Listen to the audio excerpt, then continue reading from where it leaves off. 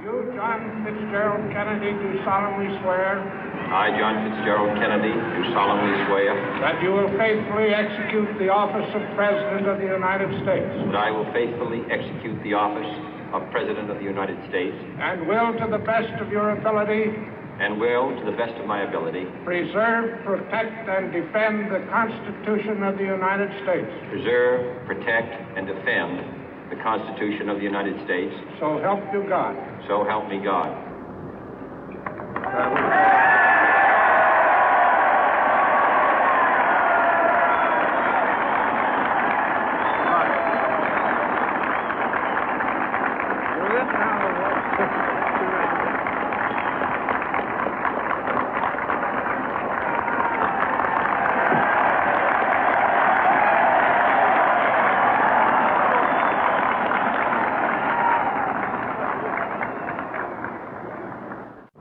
Vice President Johnson, Mr. Speaker, Mr. Chief Justice, President Eisenhower, Vice President Nixon, President Truman, Reverend clergy, fellow citizens. We observe today not a victory of party, but a celebration of freedom, symbolizing an end as well as a beginning, signifying renewal as well as change. For I have sworn before you and Almighty God the same solemn oath our forebears prescribed nearly a century and 3/4 ago.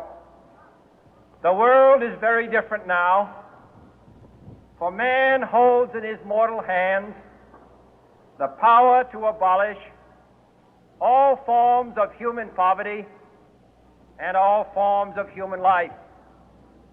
And yet the same revolutionary beliefs for which our forebears fought are still at issue around the globe. The belief that the rights of man come not from the generosity of the state, but from the hand of God. We dare not forget today that we are the heirs of that first revolution. Let the word go forth from this time and place to friend and foe alike that the torch has been passed to a new generation of Americans born in this century, tempered by war, disciplined by a hard and bitter peace, proud of our ancient heritage, and unwilling to witness or permit the slow undoing of those human rights to which this nation has always been committed and to which we are committed today at home and around the world.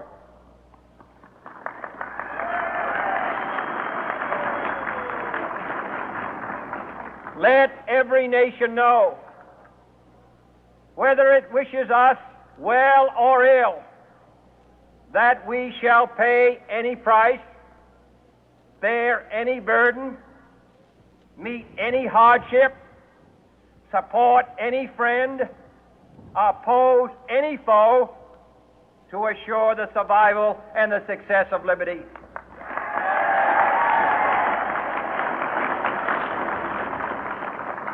This much we pledge and more. To those old allies whose cultural and spiritual origins we share, we pledge the loyalty of faithful friends. United, there is little we cannot do in a host of cooperative ventures. Divided, there is little we can do, for we dare not meet a powerful challenge at odds and split asunder. To those new states whom we welcome to the ranks of the free, we pledge our word that one form of colonial control shall not have passed away, merely to be replaced by a far more iron tyranny. We shall not always expect to find them supporting our view, but we shall always hope to find them strongly supporting their own freedom, and to remember that in the past, those who foolishly sought power by riding the back of the tiger ended up inside.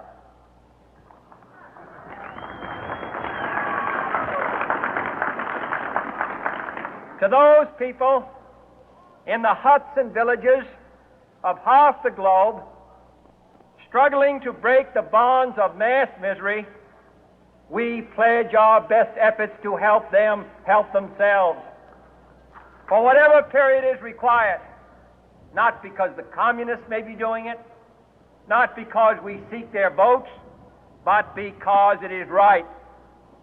If a free society cannot help the many who are poor, it cannot save the few who are rich.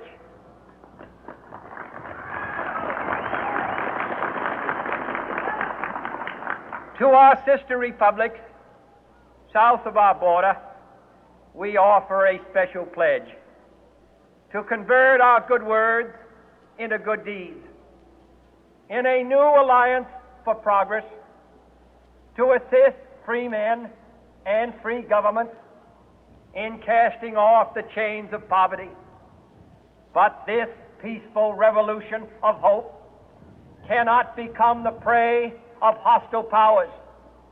Let all our neighbors know that we shall join with them to oppose aggression or subversion anywhere in the Americas. And let every other power know that this hemisphere intends to remain the master of its own house.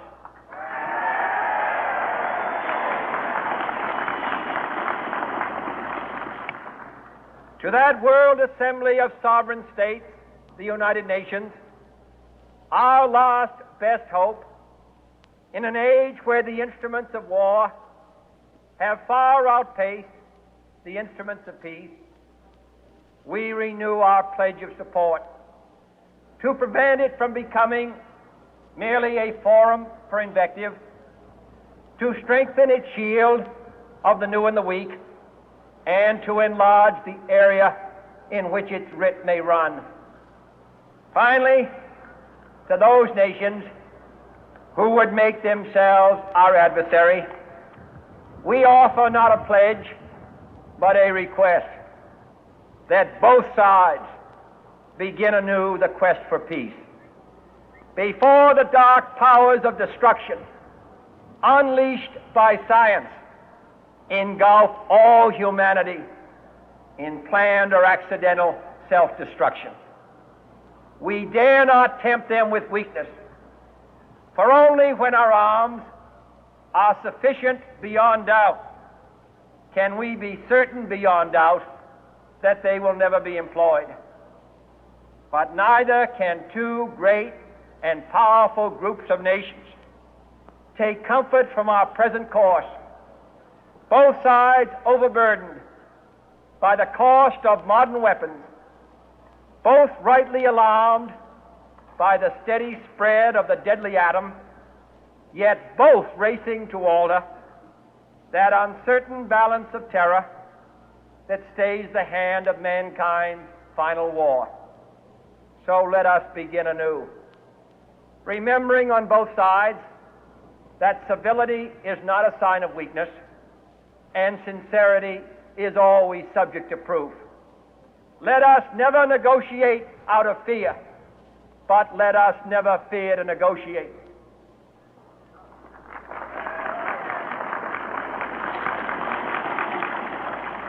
Let both sides explore what problems unite us, instead of belaboring those problems which divide us.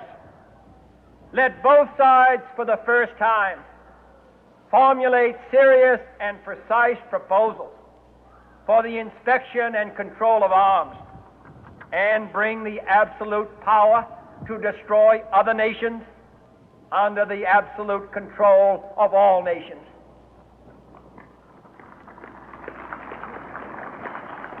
Let both sides seek to invoke the wonders of science instead of its terrors. Together, let us explore the stars, conquer the deserts, eradicate disease, tap the ocean depth, and encourage the arts and commerce. Let both sides unite to heed in all corners of the earth the command of Isaiah to undo the heavy burden and let the oppressed go free. And if a beachhead of cooperation may push back the jungle of suspicion, let both sides join in creating a new endeavor, not a new balance of power, but a new world of law, where the strong are just and the weak secure and the peace preserved. All this will not be finished in the first 100 days, nor will it be finished in the first 1,000 days, nor in the life of this administration, nor even perhaps in our lifetime on this planet. But let us begin.